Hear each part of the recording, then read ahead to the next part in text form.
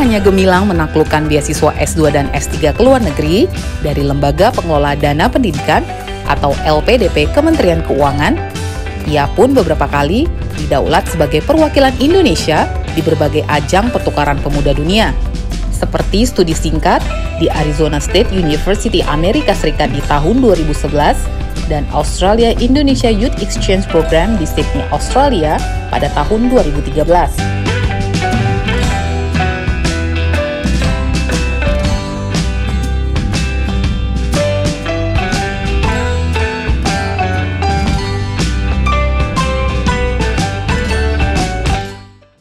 Ini terkait rencana studi dan proposal studi, apakah harus pakai bahasa Inggris? Mungkin ini akan melanjutkan keluar gitu ya, sepertinya Pak gitu. Tapi untuk mendaftar LPDP, apakah itu harus ditulis dengan bahasa Inggris atau cukup bahasa Indonesia saja yang untuk aplikasi? Ya, nanti akan dikasih tuh detailnya. Jadi memang ada beberapa di tahun sekian itu ada yang pakai bahasa Inggris, di tahun sekian enggak gitu. Tapi intinya kalian ngikutin terkait dengan yang ditaruh aja. Kalau misalnya diminta pakai bahasa Inggris, kalian pakai bahasa Inggris. Karena itu nanti akan dites juga saat wawancara. Jadi kalau itu saya rasa teknis banget ya. Jadi tidak bisa saya fixkan ngejawabnya karena tiap tahun pun LPDP berbeda-beda tuh. Pernah dulu kan misalnya ada LGD, jadi ada diskusi kan dulu kan, kayaknya Mbak Iki dapat deh yang LGD gitu. Iya. Kemudian ada yang bahasa Inggris, ada yang bahasa Indonesia. Ya itu lapangan aja itu nanti masalah teknis ya. Yang paling penting kan kalau teman-teman udah bisa bahasa Inggris mau bahasa Indonesia ya aman-aman aja kan. Tapi kalau di Indonesia nggak pakai bahasa Inggris. Yang keluar aja yang bahasa Inggris juga bisa ya Pak ya. Iya benar. Ditanyanya bahasa Indonesia, jawabnya pakai bahasa Inggris juga bisa ya Pak kalau mampu ya? Bisa. Iya. Bahkan memang kita nggak ada kasarannya nih ya, misalnya nih kita mengaku TOEFL-nya 650 gitu misalnya. Kemudian ketika diwawancara kok reviewernya nggak yakin ini anak TOEFL-nya segitu. Nah itu bisa jadi pewawancaranya langsung ngubah yang awalnya mau wawancara pakai bahasa Indonesia tiba-tiba pakai bahasa Inggris. Dan itu adalah eksplorasi lapangan, jadi tidak menjadi pakem sebenarnya gitu. Makanya dari sini yang perlu teman-teman persiapin adalah ya jadi diri sendiri. Kalau misalnya TOEFL-nya 500 ya bilang 500, kalau 600 ya bilang 600 iya, gitu. Sesuai dengan kenyataan ya Pak. Karena dulu banget tuh Mbak Iki masih ada maklar TOEFL iya, gitu. Bener, Dulu. Sekarang masih ada kah Pak? Kayaknya sekarang udah takut karena kalau ketahuan kan beasiswanya dikembaliin kan ya juga berat kan. Iya. Udah namanya tercoreng, mengembalikan dana beasiswa itu kan besar sekali. Iya Pak, ini kebetulan nih banyak pertanyaan sebenarnya saya rangkumkan saja ini tentang LOA Pak. Jadi ada yang apakah kita harus punya LOA dulu sebelum daftar, apa daftar dulu LOA-nya nanti belakangan. Nah itu kalau dari Pak Kamil bagaimana Pak? Nah kalau dari saya, jadi kalau teman-teman punya LOA, daftar LPDP itu bukan jaminan LPDP-nya harus diterima. Tapi setidaknya kalian udah punya satu langkah bergen kepada LPDP bahwa gue udah siap studi nih gitu. Iya nggak? Tinggal masalahnya pribadi saya ini cocok nggak dengan yang diinginkan LPDP kan gitu. Benar. Tapi kalau teman-teman tidak punya LOA, kemudian daftar LPDP, maka harus meyakinkan LPDP bahwa kalian memang siap untuk sekolah gitu. Iya. Jadi kami tidak punya LOA, nggak punya LOA, itu kami tidak ada ininya ya.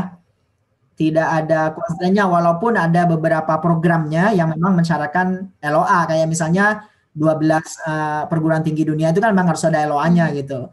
Jadi yang nggak punya LOA pun juga masih diberikan kesempatan 1 tahun untuk mencari LOA. 1 tahun tuh lama sekali untuk mencari LOA ya.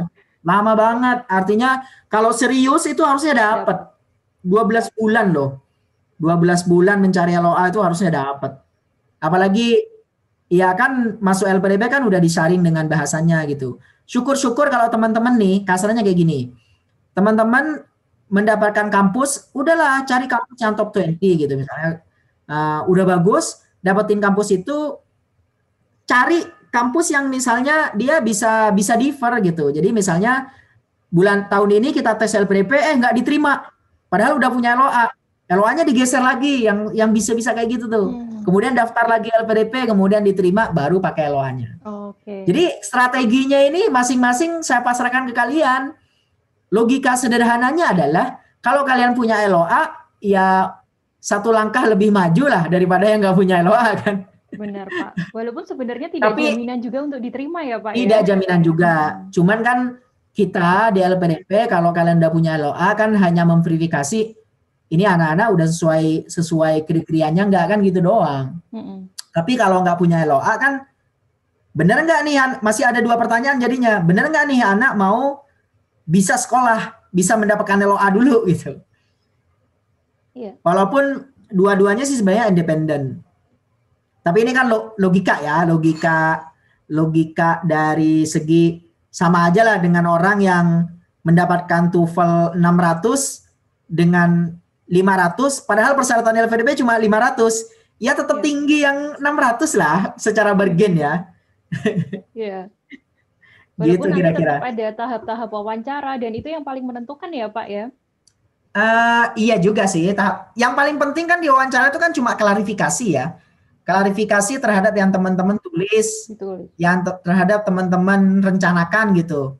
Dan sayangnya kalau kita jadi diri kita sendiri, mau diwawancara diputar balik kayak gimana pun kita tetap akan natural gitu, selama itu diri kita gitu. Masalahnya kadang orang pengen jadi dosen, sebenarnya hati kecilnya nggak pengen jadi dosen. Ketika diperdalam ketahuan bahwa dia sebenarnya nggak bisa jadi dosen gitu. Tapi unik Pak, karena dulu pernah ada interviewer saya kan, karena kebetulan ada juga dari psikolog ya Pak ya. Ya psikolog. Maksudnya 3, ada 1 dari psikolog, itu tuh sebenarnya bisa ketahuan Pak, bahkan di 3 menit pertama Pak. Udah langsung bisa menentukan apakah bohong atau enggak. Iya, karena beliau kan udah berpengalaman juga, karena LPDP itu para reviewer di AusAid, para reviewer di beasiswa-beasiswa lain seperti beasiswa Stunet gitu-gitu kan ada reviewernya juga. Nah itu dari LPDP juga direkrut. Maksudnya direkrut tuh ya secara natural mereka menjadi reviewer LPDP karena daftar sebagai reviewernya LPDP. Jadi secara pengalaman mengakses teman-teman itu juga udah jam terbangnya udah tinggi juga. Iya. Makanya kuncinya cuma satu, natural, jadi diri sendiri. Jadi diri sendiri. Iya. Betul sekali. Ya. Pak, dan satu hal yang selalu saya tekankan, jangan pernah merasa bersaing dengan siapapun. Teman-teman hanya bersaing dengan diri teman-teman sendiri gitu. Makanya kalau dilihat dari pattern LPDP itu tidak ada kuota sebenarnya ya. Sebenarnya kalau dilihat dari patternnya, kadang 6.500, kadang cuma 2.000, kadang cuma 1.500 gitu. Jadi ini tak tunjukin lagi ini ya, share screen-nya tadi. Saya lupa di yang mana. Tapi setidaknya dengan data ini teman-teman udah bisa ngebaca bahwa kita kami di LPDP itu nggak ada patternnya. Coba dilihat. Tuh, tahun 2013 1034. Naik terus turun tahun 2017 ya kan? Iya.